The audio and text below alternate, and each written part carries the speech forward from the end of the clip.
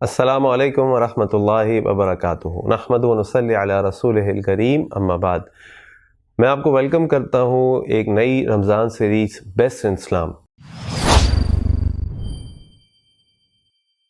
اور آج اس series best in اسلام میں جو حدیث ہم سٹڈی کریں گے وہ ہے کہ اللہ کے نبی صلی اللہ علیہ وسلم نے فرمایا، خیرکم من تعلم القرآن وعلمہ، تم میں سے بہترین لوگ وہ ہیں جو قرآن سیکھتے اور سکھلاتے ہیں۔ ہم میں سے ہر شخص یہ چاہتا ہے کہ وہ دنیا کا بہترین شخص بن جائے، وہ جو کام کرے وہ بہترین کام ہو اور اس کا شمار دنیا کے بہترین لوگوں میں سے ہو۔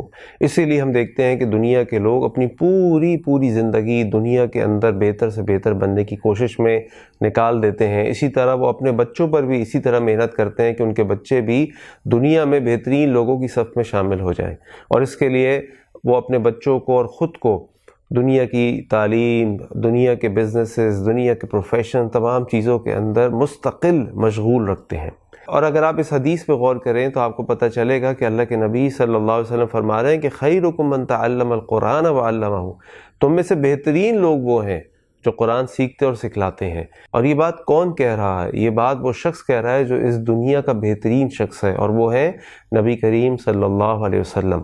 اور یہ بات صرف کہنے کی نہیں ہے، جن لوگوں نے اس قرآن کو پڑھا، اس قرآن پر عمل کیا، اس قرآن کی تعلیم کو دنیا کے لوگوں تک پہنچایا، ہم دیکھتے ہیں کہ وہ لوگ دنیا کے بہترین لوگوں کی صفوں میں شمار ہو گئے۔ اور وہ کون لوگ ہیں؟ وہ حضرت ابوبکر صدیق رضی اللہ عنہ ہے، وہ حضرت عمر بن خطاب رضی اللہ عنہ ہے، وہ حضرت عثمان غنی رضی اللہ عنہ ہے، وہ حضرت علی رضی اللہ عنہ، اور باقی صحابہ کرام رضوان اللہ علیہم اجمعین ہیں۔ یہ تمام لوگ وہ ہیں جو آج بھی لوگوں کے دلوں میں زندہ ہیں، جن کا ذکر آج بھی لوگ دنیا کے بہترین لوگوں کے طور پہ کرتے ہیں۔ اگر ہم اپنی حالت پہ غور کریں تو اس رمضان کے مہینے میں جہاں ہماری پوری کوشش یہ ہوتی ہے کہ ہم قرآن کریم کی تلاوت کریں، اور زیادہ سے زیادہ تلاوت کریں، اور کرنی بھی چاہیے کیونکہ رمضان قرآن کا مہینہ ہے۔ اس مہینے میں اللہ تعالیٰ نے قرآن کریم کو نازل فرمایا، تو اس بات کے لیے بھی کوشش کریں کہ اس قرآن کو سمجھیں، کیونکہ یہ قرآن صرف تلاوت کی کتاب نہیں ہے، ہاں قرآن کو تلاوت کرنے کا اجر ہے۔ تو جب اللہ تعالیٰ نے اس قرآن کو نازل فرمایا تو اس قرآن کا تعارف کیسے کروایا؟ اللہ تعالیٰ نے فرمایا ھدی للناس، یہ کتاب ہدایت ہے دنیا کے لوگوں کے لیے۔ تو یہ کتاب ہدایت جب ہی بن سکتی ہے جب اس کتاب پر غور و فکر کیا جائے، جب اس کتاب کو سمجھا جائے، اور اس کتاب کو سمجھنے کے بعد اس پر عمل کیا جائے، اور اس کتاب پر عمل کرنے کے ساتھ ساتھ اس کتاب کو لوگوں کے درمیان پھیلایا جائے، لوگوں کو اس کتاب کو پڑھنے کی، سمجھنے کی اور عمل کرنے کی دعوت دی جائے۔ تو یاد رکھیے کہ بہترین لوگ وہ ہیں جو قرآن سیکھتے اور سکھلاتے ہیں۔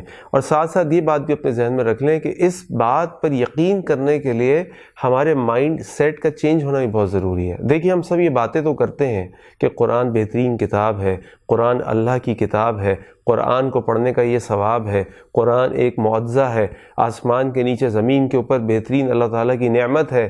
لیکن مجھے ایمانداری سے بتائیے کہ اگر آپ کے سامنے دو بچوں کا ذکر کیا جائے، ان میں سے ایک بچہ آپ کے علاقے کے بہترین اسکول میں پڑھتا ہو اور ایک بچہ مدرسے میں قرآن کی تعلیم حاصل کرتا ہو، تو آپ کے دل میں کس بچے کی اہمیت زیادہ ہوگی؟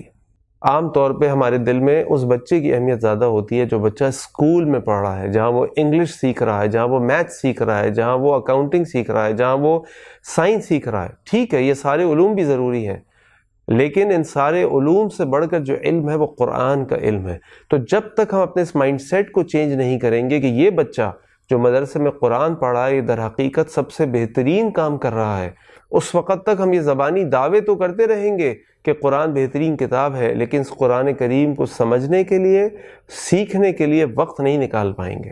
اگر ہم چاہتے ہیں کہ ہم دنیا کے بہترین لوگ بن جائیں تو نبی کریم صلی اللہ علیہ وسلم کی حدیث پر پوری طرح عمل کریں کہ بہترین لوگ تم میں سے وہ ہیں جو قرآن کو سیکھتے اور سکھلاتے ہیں۔ تو اس رمضان کے مہینے بھی قرآن کو سیکھیں، اور اس رمضان کے مہینے کے بعد بھی اپنی زندگی میں اس قرآن کو سیکھنے اور سکھلانے کو اپنا مشن بنائیں۔ اللہ تعالیٰ سے دعا ہے کہ اللہ تعالیٰ ہمیں قرآن کریم کو سیکھنے کی اور پھر اس کو سکھانے کی توفیق عطا فرمائے۔ السلام علیکم ورحمۃ اللہ وبرکاتہ۔